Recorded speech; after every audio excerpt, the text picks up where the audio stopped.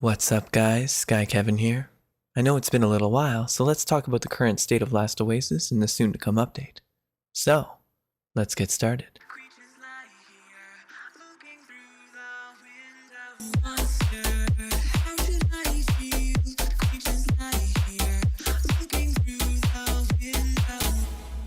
Season 5 has been out for a couple of months now, and the player base has dropped considerably since the release.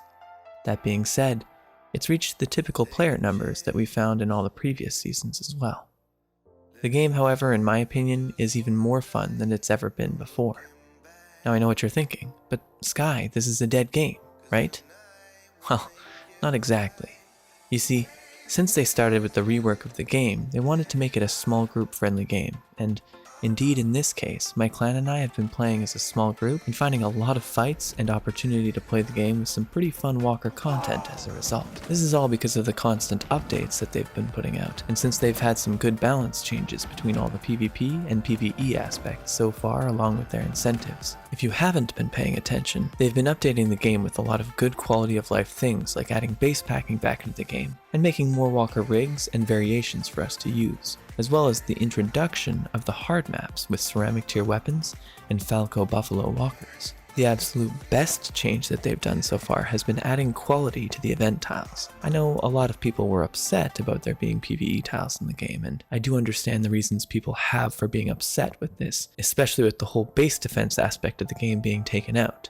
But honestly, the event tiles have been a great opportunity for some real PvP. Since the only way to get quality is for players to go there to that tile, you end up finding and fighting a lot of other people who are actually there on their walkers. And it's a small scale fight that has, in my opinion, always been a pretty fair conflict, since the maps are usually capped out between having 1 player or 6 players maximum from a clan total. And since any attacker basically has to have a walker of their own, instead of simply wingsuiting onto you like they've done in previous seasons. That being said, with the coming updates, they're going to allow for larger scale fights as well with a new King of the Hill system, which should only add to the system that they've already implicated so far. With the new city map release that they'll be doing, there's going to be a lot of upcoming changes to bring back some of the larger scale fights with the aforementioned city tiles, and of course the King of the Hill mechanics, as well as the ability to permanently unlock all the schematics, as well as some of the other new PvE systems that we don't know much about. Suffice to say, the game is going to get a lot more content than it has already, and the current PvE content is something that has managed to keep a lot of the replayability in check. This is especially true for quality on event tiles. It's no longer as simple as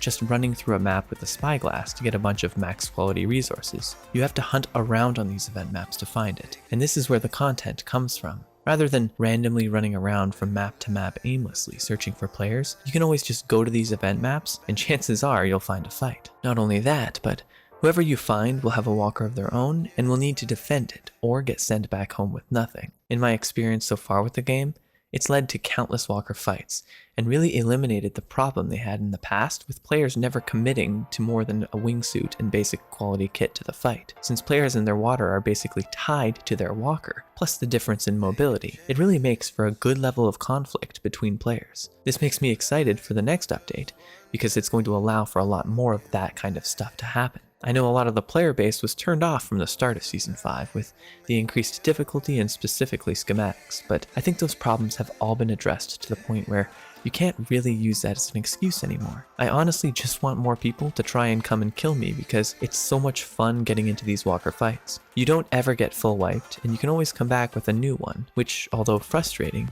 isn't the end of the world. Plus, I can guarantee that if you do consider coming back to any of the North American tiles, you'll have some pretty competitive fights from my clan and others. And if I do say so myself, you probably don't have what it takes to fully control the quality Oasis. I would love to see more larger clans getting back into things, and we'll see what unfolds when the new city maps come out soon enough. If players do start coming back and playing competitively on the official servers, there will be tons of content that shouldn't slow down nearly as much as it has in previous seasons and allow for constant conflict within those event tiles. This is, of course, for those that enjoy the PvP aspects of the game, and perhaps as a PSA I'm putting out there to groups that may have become disinterested and don't realize that there's a lot of players that visit those areas, despite the world map looking empty as a whole. Plus, If you are just a PvE player, then you can just stay on the designated PvE tiles and buy or trade for whatever quality resources you want from the PvP players. It's a whole lot of fun, and if you haven't come back for a while, I think now is a really good time to give it a shot.